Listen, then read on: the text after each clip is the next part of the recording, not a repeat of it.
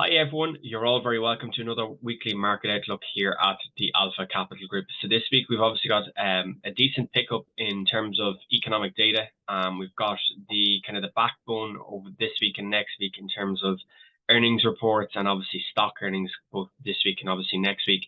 And we'll be talking about some of the stocks this week and obviously looking ahead to obviously next week as well. This week we are, however, on Fed blackout, which means there'll be no Fed speakers in the economic calendar through the course of this week. So if you're looking at the economic calendars and you're only seeing economic data and no speakers, particularly in the US, that's because there's a blackout, because of course next Wednesday we have our May FOMC interest rate decision meeting next Wednesday evening. So it's just kind of being clear on that. We'll obviously be looking at the price action today across the board, quick look at the calendar, quick look at earnings, and then we'll get straight into the price action as well for the day as well. So we've got kind of Thursday, Friday, obviously this week, very much back and forth in the markets. And of course, when you look at the economic calendar in particular, some mixed data points this week. Some data points are quite good. For example, yesterday, the durables goods orders were better than expected. But earlier in the week, actually, we had some very, very poor numbers in Germany, in European trading, where obviously IFO, business climate, consumer sentiment, obviously, and expectations being a little bit lower than that have been expectations, and obviously that have expectations in the broader markets. Now, of course, Tuesday night into Wednesday morning, we did obviously have Aussie inflation as well, which is actually going in the right direction. If you look at it on a year-to-year kind of quarter-on-quarter basis, you can actually see some fairly significant declines in the inflation figures in Australia. Obviously, monthly consumer price index is down by 0.7%. Year-on-year CPI figures is down from 7.8 to slightly higher than expected, 7%, and even Q-on-Q. So from the beginning of the year to where we are obviously now, latter end of April, we are also seeing a 0.5% decrease in the interest rate. So what we're effectively seeing is, from a fundamental perspective and from an economic perspective, all of these interest rates that have kind of been taking place over the last 12 months are now starting to really come into full effect in the broader financial markets. And of course, it does take about 9 to 12 months for any interest rate to actually be really visualized in terms of the economic data. And that's exactly what we're seeing now at the minute. Now, today we obviously have US GDP as well. So of course, when we'll be looking at the price action there in a moment on the indices, we've seen very kind of tepid moves in the indices, very back and forth, very choppy moves. And actually yesterday, a lot of the US-based indices and even European-based indices were trading at month lows.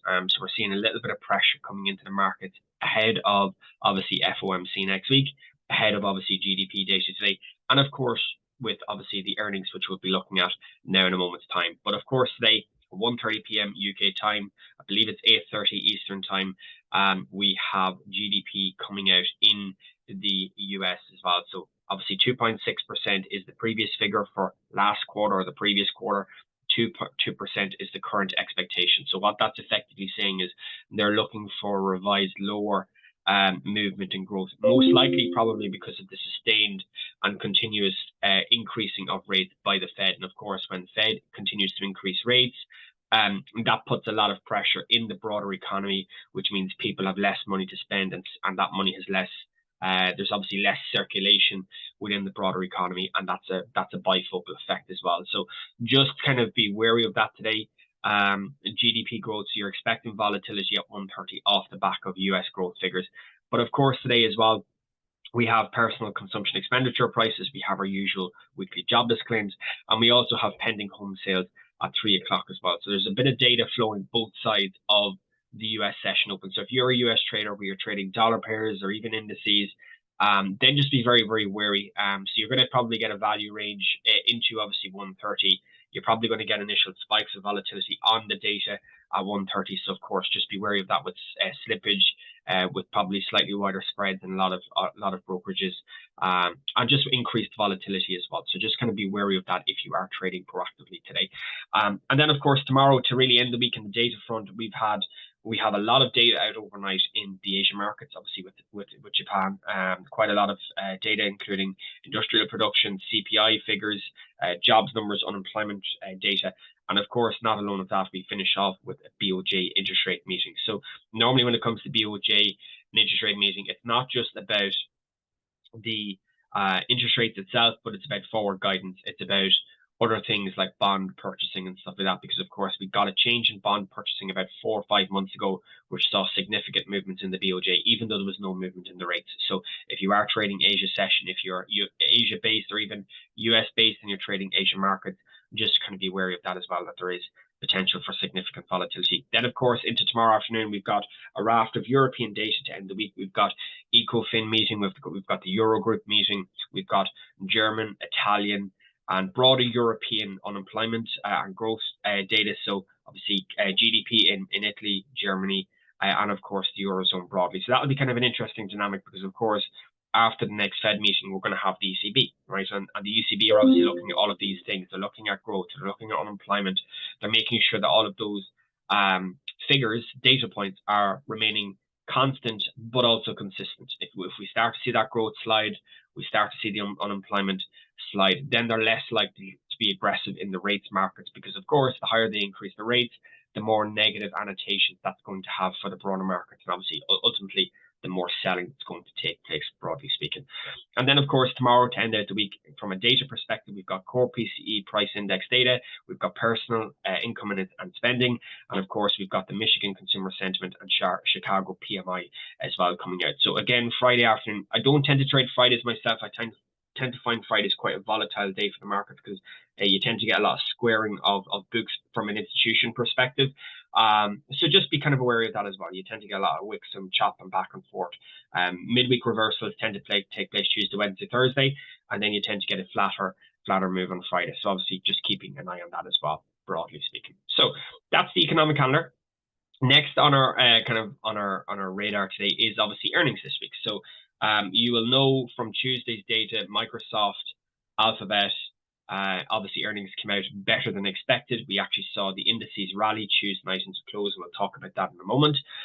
Meta's earnings last night, or formerly which was known previously as Facebook, its earnings have come out better than expected, and the forecast last night from Meta with the data confirmed that 2 in every 7 in the world are using Facebook Meta platform every single day, which shows that obviously the tilt and the emphasis that actually has in the global economy as well. Now tonight, when we look at earnings reports, we've got one of the big 5 coming out, Amazon coming out after the bell at around about kind of 9:10 with Intel as well. So Intel is obviously another global brand as well. And then tomorrow, for those of you who trade oil, those of you who trade commodities, or let's say you trade FTSE, you should be watching ExxonMobil and Chevron's data very, very closely. Why is that? Because of course, ExxonMobil and Chevron, if you were to look at any data points from 2022, were the biggest, were 2 of the top 10 biggest performing stocks in the global markets. And of course, I think about 9 of the top 10 best performing stocks in 2022 were all oil, gas, or energy related.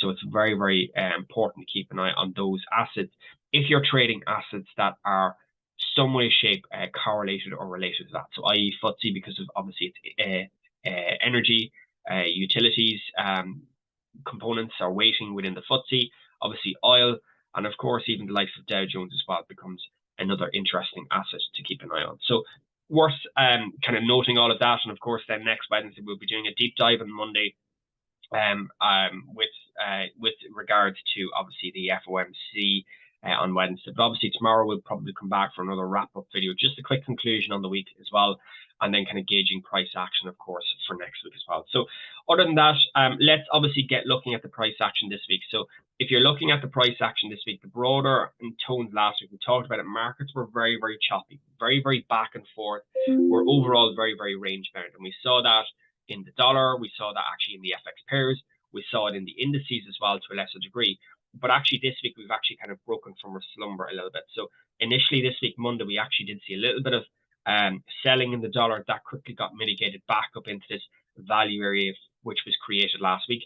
We got very, very heavy selling yesterday into European Open, and more through the follow through really until the US Open, where we actually started to peg back some of those losses and kind of consolidate. Now, if you're looking at broader markets yesterday afternoon into last night's close to where we are today, markets again have become a little bit more consolidated and structured in that regard, because of course you're seeing the dollar very, very choppy. You're seeing the indices. If we look at the S&P 500 for a second, let's break it up for a moment. Now, although we have moved slightly lower, we've taken out month lows, we are pulling back up into this region again. So we're seeing very, very choppy moves back and forth. And if we were to look at it on as well, the lower time frames, like the 15s, like the 30s, getting that gradual kind of grind lower, a lot of consolidation, a little bit of a move into last night's close, but again, we're coming back up into those levels, and we'll look at the indices now shortly in detail on that. So very, very choppy moves back and forth overall. Now, if you're looking at any of these kind of major components, even gold as well, right? This is kind of what I've been noticing on gold as well. Very, very choppy from a higher time frame perspective. Very, very choppy back and forth. From a short trading perspective, let me just tidy this up for a moment. You can see some very, very aggressive up and down moves. So if you're trading kind of scalping 3s, 5s, 15 minutes, some very, very decent opportunities here. Like even, for example, here, fairly clear consolidation, break of structure, back down into value area, key area, and of course, very, very strong buying. And even since then, we've had successive highs here, and successive lows being created here as well. So now it'll be an interesting point. We talked about it last week. Gold around that 2000 level was going to be pivotal, and we are kind of 3-4 days later, we're still kind of petering above and below that kind of 2000 level. So I suppose that's going to be, again, going to continue to be the focal point for traders this week, whether you be short-term trading, whether you're medium-term trading, or actually whether you're kind of looking at a broader perspective in the markets. And I think that's really, really important, because as well, you migrate back up to, let's say, a 1 hour chart, and very, very aggressive consolidationary moves. And even as well, if you're to isolate the price action from, let's say, the middle of the month, you'll see the price action is actually just in a big, broad range up and down accordingly. And it's just important to be able to put clarity on your analysis. So when you're looking at it, again, whether it's short, medium, or longer term, making sure there's a clear clarity in terms of what you're looking at, making sure there's a clear process, and then when you have those entry conditions met or confirmations that you look for within your trading plan, your trading strategy, then you're able to pull the trigger. And I think that's ultimately the most important thing here, regardless of the assets that you're trading. Now, moving across to EURUSD. So structurally speaking on EURUSD, this is kind of something that I've been kind of looking at. So this week, if I just go full screen for a moment, you will see a very, very, very aggressive kind of buy-in trend in gold. I'm just going to reduce the camera size a little bit, so just so people can see the screen. If we go up to a 4 hour chart for a second, just to put some context on broader price action for a moment. Again, euro dollar is just kind of grinding, chugging to the upside. So successive highs, we talked about it last week. We got back into this kind of point of interest, order block, liquidity zone here, value area, very, very prominent zone. Clear reaction back up off of that zone as well. Now, if you're to draw fibs, which I had drawn at the time, I'll redraw them again just for those of you who are following along. You will see that reaction just above, just below the 61.8, the golden ratio from a fib perspective, but also below this kind of squared area, this kind of discounted opportunity zone that you kind of tend to look for within fib retracements as well. Now, other than that, really broadly, as we look at price action from there, we had multiple spikes this week. So on Monday, obviously, we had consolidation last week. So this is the kind of DXY consolidation. Very, very aggressive move initially in EURUSD, all the way back down to this 4 hour zone. And you'll see it here in the 4 hour zone, where the buying really picked up from out of this short-term consolidation, really around here. We've come up to previous highs. We've reacted from previous highs, clearly rejected it. And we've come all the way back down to this region of where secondary set of buying has to come back in again up into this region. So really at this point in time, EURUSD has still got headwinds to the upside, although we are refusing to take out this zone here between 110.50 and 111. If you migrate back up to the daily time frame as well for a second, you'll also see the broader markets, because of course what's happened this week, while we've had successive highs, broader trend lows from early March, that kind of gradual grind higher again. And you can even see here on the daily, price action is becoming increasingly more condensed, increasingly more kind of choppy back and forth up in this region. And I think that's really going to be the important point this week, is how does euro dollar close? Are we able to navigate a closure through this region here to really kind of springboard the next continuation to the upside? Or does this become the most recent high? This becomes the new current set of highs, whereby we get a secondary retracement, most likely back to some of these zones down here. And I suppose that's really going to be the most important point, because of course, if we start to see price action in this region ultimately fail, then you've got that kind of unwinding back down into this zone in here. And I think that's really going to be the most important point, not just into the end of this week, but also into next week with the FOMC. Okay, next week as well, we'll have more data earnings. I think we'll have Apple next week. I believe I just have to check the economic calendar or the earnings calendar on Monday. So you'll have plenty of kind of narratives by the media to drive market bias. And I suppose one of the big narratives this media outside of economic calendar, outside of the earnings season, has been this more banking or additional banking contagion in the US. And of course, that's obviously going to continue to linger. And of course, that's very much on the Fed's minds as well as it comes to next Wednesday's interest rate decision. So as we said, they're kind of just going back to the lower timeframes for a moment. It's really all eyes on market dynamic this week. How does the markets react? Because of course, today, let me just tidy this up again. Apologies, folks. We've obviously seen that aggressive buying opportunity creating new highs. And if you're looking at even from a short-term perspective, this move yesterday afternoon on the US Open actually took out market highs, actually took out this structured high here, took out this high here. We actually did get a technical break of structure. And normally speaking, with a break of structure, we tend to see a little bit of an erosion and back down. Now, we've seen a little bit of erosion back down into this region, but we have yet to mitigate this kind of buy-side imbalance that's took place between the Asian market and obviously into the London Open yesterday, where we're actually holding obviously this short-term range today. So just kind of be conscious of that as well in the back end. Now, GBPUSD is again very, very similar to that, very, very choppy. So again, back and forth, 4-hour structure. If you're a traditional retail trading pattern trader, you would see this as a head and shoulders. You'd see obviously left shoulder, you'd see head, you'd see kind of a top formation here in the right shoulder, which is a formation that most individuals trade, but also you have to look at dynamic, where you have to look at trend bias, because of course, are we migrating to the downside? Are we going to continue moving lower? Well, DXY at the minute, we know, we talked about it last week, this 101 level is still continuing to hold up on the DXY. We got a very, very sharp wick reversal from it yesterday. So really, we're just looking for clarity today to see whether does this sell-off really continue back into these lows, or do we actually start to see a migration back up against some of this very, very clear bearish dollar order flow that's been taking hold. And of course, if those indices start to sell off and we start to see risk assets being hit today, well, that's probably going to be your catalyst for a potential dollar bottom and a little bit of a pullback in strength in terms of dollar assets, most likely back to 102, but maybe even higher 102.50 if we start to see that kind of risk safety element come back into the markets. And of course, that's factored back into cable, because of course, cable markets, as you said, we've got that kind of top formation up here around 125, very, very clear reaction initially, back into this previous value range we kind of talked about from last week, back up again yesterday, obviously into 3 o'clock, into 2:30 off the US Open. And since then, the markets has been very consolidated. Okay, you're looking at price action really since yesterday. Market dynamic is literally just moving sideways at the minute. And you can actually kind of see that if price action was to break out through this area here, this short-term daily low of around 124.50, most likely you're probably going to see that kind of filtration of GBPUSD cable weakness, most likely back into some of these levels. And of course, if cable was to break 124.50, most likely you're going to see EURUSD lower. But also in addition to that, you're probably going to see the dollar pick up a little bit of steam as well. So just kind of being wary of that. Other than that, really, in dollar yen has obviously been quite interesting, because of course this is something that I've been looking at myself, and I was short dollar yen as a counter trend position this week.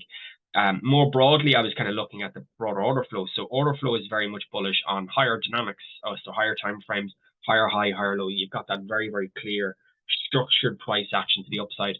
But earlier this week, you can actually see on the 1-hour structure, you've had a very, very aggressive buy-side imbalance to the upside, where we've created this kind of structured order flow. We've got structured lows, we've got new highs short-term, we've got new lows, we've got new highs into this consolidation.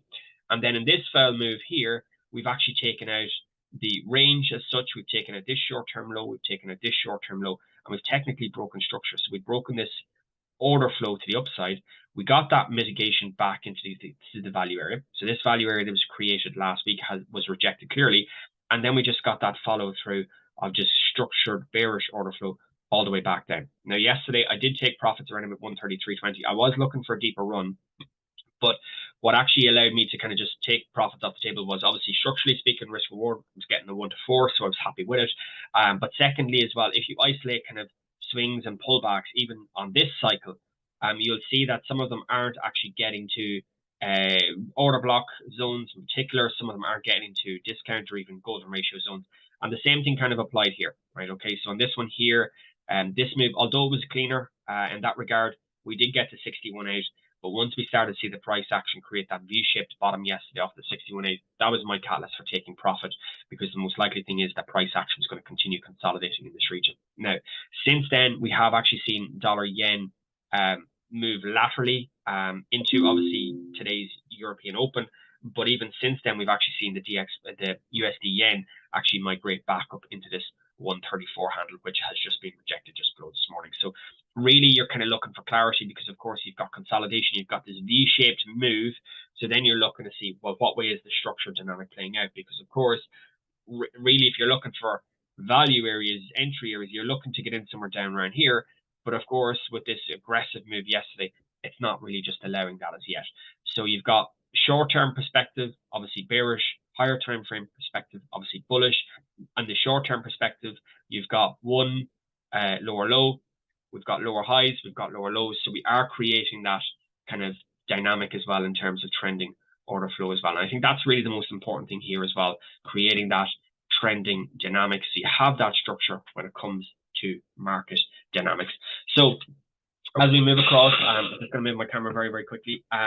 So as we look across then to the indices, right, what are we talking about here in the indices? Well, the first thing we can see here in the indices, as I said at the very, very beginning of the call, was how these US-based indices were trading at or close to month lows. Okay, so yes, so we had that bit of a sell-off, we had that little bit of a wick reaction off of that 407.5. Then overnight during the Asia session, we got that kind of dynamic break through some of these month lows, and we'll talk about it in a second on Dow Jones as well. But broadly speaking, indice pressure is starting to come back in. So the dollar has been very, very much weaker for the last 10, 12 days. As we look at kind of the broader DXY and the broader structure within those FX pairs. And that will allow kind of indices to progress to the upside. And then as we see kind of that dollar bottoming out, that kind of weakness starting to evade somewhat, that means the indices then are going to come into pressure, right? So you kind of have to look at the different asset classes, acknowledging how there's a very, very strong either negative or positive correlation between these different assets, and then understanding how those moves will react, whether obviously the data is good, whether the data is bad, or whether actual just broader trend is good or bad at the same time. So that's kind of where we are today. S&Ps, as I said, has obviously broken through. So this kind of month lows has been broken through. We're kind of filtering back up. Would I be surprised to see the S&Ps come back up into this region? Yeah, that's kind of what I'm looking at short term. Would I be even more surprised if we actually came back up into this previous range? That would be a little bit more optimistic. However, a little bit less likely. Now, when you look at the order flow, right? So where we talked about here with the lows, yes, we have structured liquidity here. So if we were to look at, let's say, 15-minute chart, you can kind of see that there grind down consolidation broadly. You can kind of see it here, a bit of consolidation. Price action is navigating, is creating those lows, creating those breaks, and it's working itself back up here. So really, this area between 4085, 4100 would be where I would be looking at selling if selling opportunities were going to be proved valid. But I would also be just conscious that if price action was, let's say, to break through this level, then you're most likely looking at price action returning back up into this region up here at around about 4130, 4135. So you effectively have two strikes of this. So if we are going to see kind of selling coming through in the indices, we've got level one, which, as I said, is a down here just below 4100. But then you also have that secondary zone as well, which I think is important. So at least that way, then you've structure, you have clarity, and then you're able to make stronger dynamic moves out of that. And then when you look at broader narratives, then you can see, well, we've got liquidity down here, a very, very strong buy-side trend and a balance, break of consolidation, break of structured lows. So this S&P 500 move is actually not too dissimilar as to what happened here in dollar yen. Very, very strong trend, break of internal lows, and then we saw what happened. Well, after we broke the lows, we came back up to mitigate, we sold off. So it wouldn't be completely surprising to see the same type of move happen in the S&Ps. Whether it happens from this region here or happens from up here, let's obviously wait and see. But that would be a very, very nice catalyst play to happen into the FOMC next Wednesday as well. So just kind of being wary of that as well. Keeping all options open, having being nimble enough to have dual analysis as well is really, really important. Now, when we look at Nasdaq, Nasdaq has been very, very consolidated last week and obviously the week before.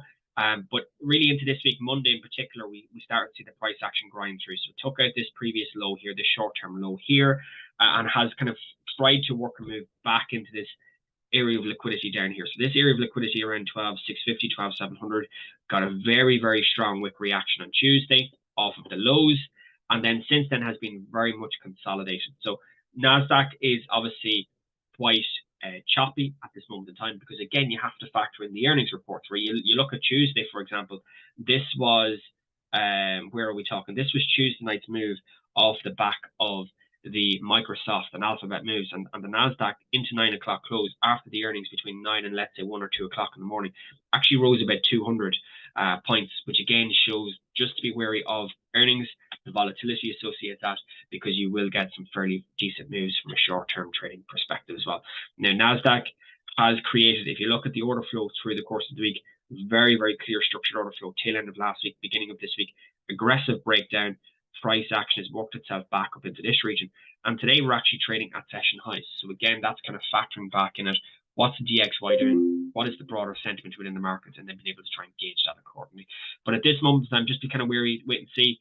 I do like buying opportunities down here around 12.7 if we start to see kind of more selling coming through. I think it's a little bit contrarian, obviously, of course, but look, at the end of the day, it's just all about dynamic and having clear structure with how you approach the markets. Moving then into Dow Jones. So Dow Jones is slightly similar to that of the S&P 500. So S&P 500, very, very clear move.